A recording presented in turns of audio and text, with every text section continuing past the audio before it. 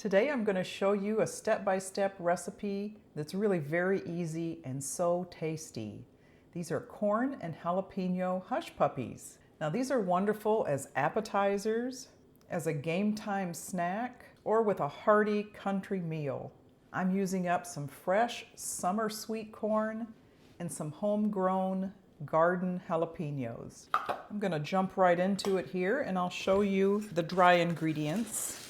You want 1.5 cups of yellow or white cornmeal, a tablespoon of granulated sugar, a 1/2 cup of all-purpose flour, 1 teaspoon of salt, and 1.5 teaspoons of baking powder. I'm going to whisk up those dry ingredients, set that aside, and then we'll put together our wet ingredients and then combine them. You want 1/2 cup of buttermilk, 1 egg,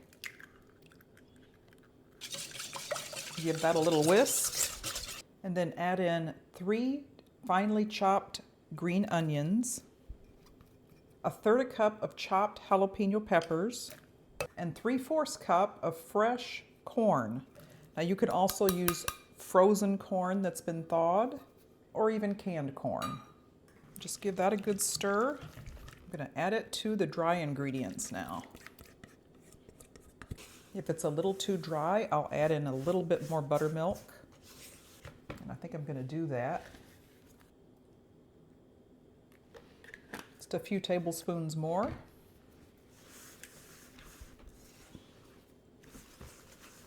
And you want this to be the consistency of kind of a thick cake batter. So that's what we have here. Almost like a cookie dough batter in a way. Now I have some canola oil heating on the stove, and we want it to be around 350 degrees. And then we'll be dropping these hush puppies down in the grease to fry to a golden brown. Now while the grease is heating up, I'm just going to make a quick little sauce here with just 2 ingredients. Have about 1/2 cup of sour cream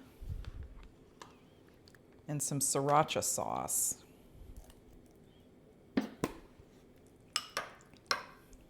Now there's a lot of different sauces that you can use for hush puppies, including like a hot honey sauce. You could even use ranch dip. This is just a cool and spicy dip that I think goes really nice with fried hush puppies. Okay, I'm heating up about 2 inches of oil in a cast iron pan here. We want it to be around 350 degrees before we drop in the hush puppies. An instant read thermometer works well, or if you have like a deep fry thermometer or a candy thermometer, you can clip it on the side of the pan, and as long as it's not touching the bottom, it'll give you an accurate read. I have a platter that I've lined with paper towels here. So as soon as we take those fried hush puppies out of the grease, we'll put them on the paper towels and let them drain. It's a little over 350 now. I have a cookie scoop that's a 1.5 tablespoon cookie scoop.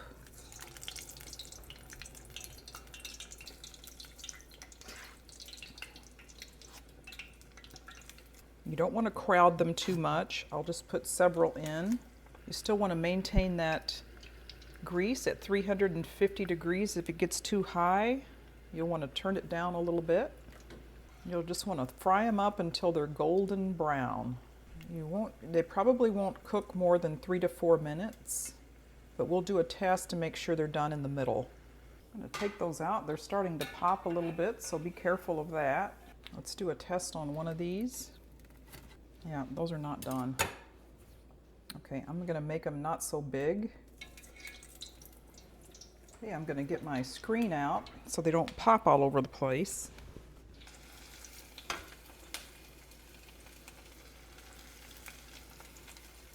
Since those weren't done in the middle, I just cut them in half, put them back in the grease.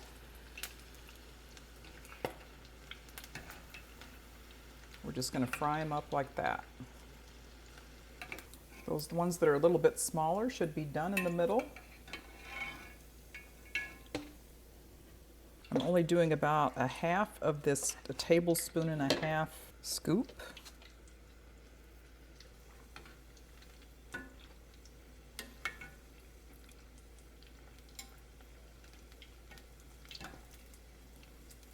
Those are cooking much slower.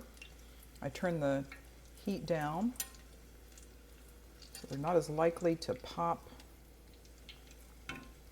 out of the grease. That's what they look like in the middle. Those are cooking much better with the grease kind of almost at 350. So really you just need 3 to 4 minutes for these, the smaller ones. And you'll want to do a test, cut through 1 or 2 of them just to make sure they're getting done in the middle and that batter is cooked all the way through. But just keep an eye on them and just make sure and maintain the temperature of the oil. And it's always safe to have a fry screen because when corn is inside these, they can pop like popcorn. Now these really are so quick to put together, and they're good as a side dish with so many different meals. If you've grown up in the South, you most likely have heard of hush puppies and probably cooked them. And if you haven't, give it a try. I'm going to use a couple of different dips for these.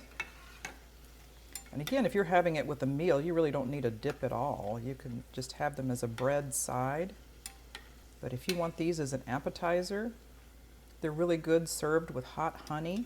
I'm making that sour cream and sriracha dip. You could use ranch dip. One thing to remember is just don't make them too big or they won't get done in the middle.